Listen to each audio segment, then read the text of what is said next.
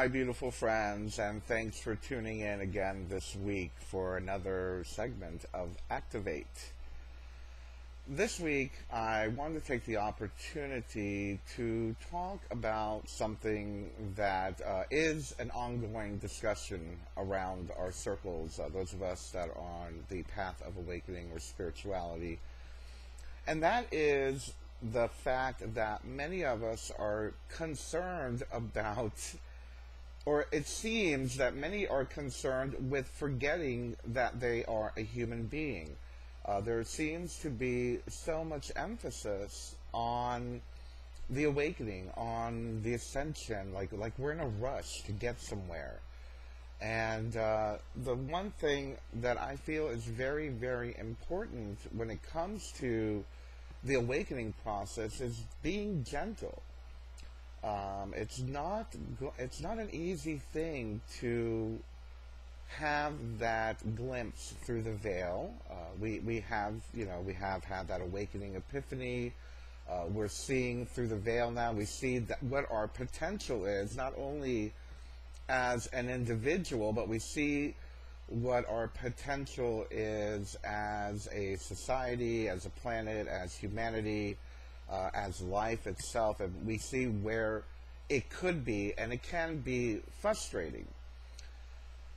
Unfortunately, many people feel that because we've awakened, or because we know better, quote unquote, we know better, that it's not okay to get angry, that it's not okay to feel sad, that it's not okay to acknowledge when there is a crisis in your personal life, whether it be the loss of a loved one, whether it be financial instability, whether it be relationship problems.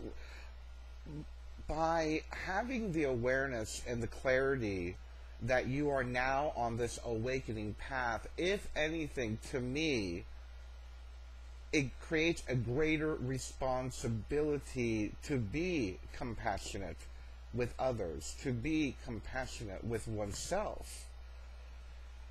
For example, a great example, and I see this quite a bit all the time, when someone passes, a friend passes, or an animal passes, a beloved pet or something, and I've just gone through that myself, so I can relate.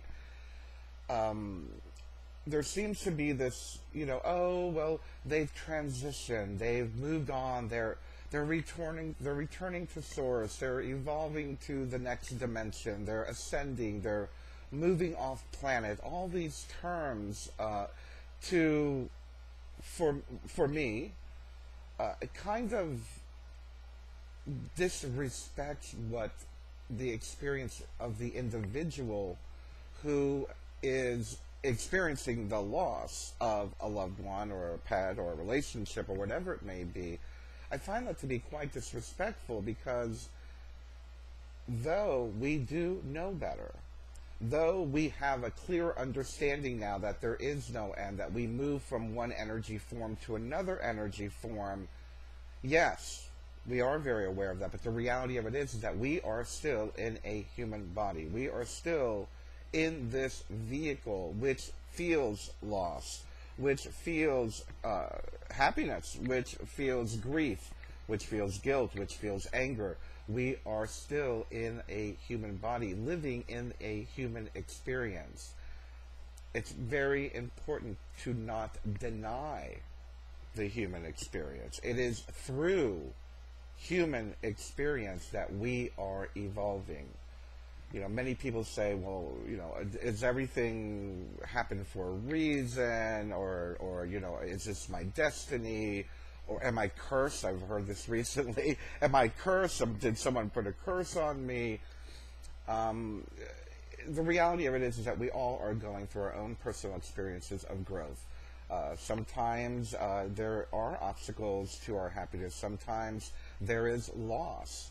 Sometimes there is grief. Sometimes there is guilt. And I feel that's very, very important for us to give ourselves permission as individuals to, I don't want to say embrace our anger, embrace our grief. No. We don't want to fall into a cycle of being a victim of loss, a victim of crisis, a pattern of that victim mentality. That's not what I'm talking about. What I am saying is that we must acknowledge what our body is feeling, what our body is telling us, what our hearts are telling us. We are, as we are growing, as we are expanding, while we talk, and I talk a lot about, coming from the higher self, living in communication with the higher self, that higher self is also connected to the heart self. Whether you want to call it the etheric heart or the heart chakra, whatever it is whatever term you're using. But when we're coming from that place of heart, that place of, not to be cliche, that place of love and light, there is a certain compassion that is needed, again, for ourselves and for the world around us and for the people that are in our lives or that we come in contact with. We don't want to become spiritual zombies. We don't want to become metaphysical snobs. We don't want to become inhuman. Now, granted, yes, the goal is to evolve, to ascend, to gain enlightenment, to reach nirvana, whatever it is that we saw, that glimpse that we saw through the veil, that glimpse of our greater, higher purpose, that glimpse of the greater, higher way of living, of creating that new paradigm. We've seen it. But the idea here is not to deny ourselves, not to live in denial of the experiences that we are going through. To live in denial is no better than a drug addict who's in denial of being on drugs, or an alcoholic who's in denial of being on drugs, or a domestic abuser or a verbal abuser who's in denial of being an abuser. We cannot live in denial. Please have compassion for yourself. Allow yourself to feel happy when you're happy. Allow yourself to feel sad when you're sad. Allow yourself to feel loss when there is loss. Allow yourself to feel confidence and elation when something good happens.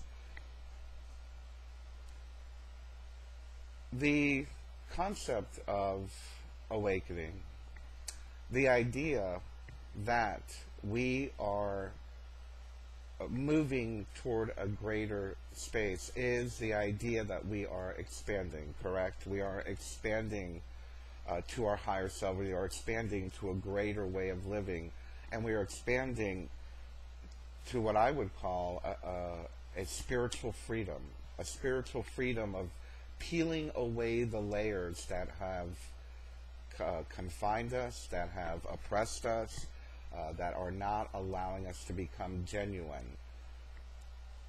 So with that, we must acknowledge the freedom to be who we are, to feel what we are feeling, to express ourselves as we choose to express ourselves. And as well, we must grant that freedom to those around us. Not everyone is going to think the same way I do. Not everyone is going to think the same way you do.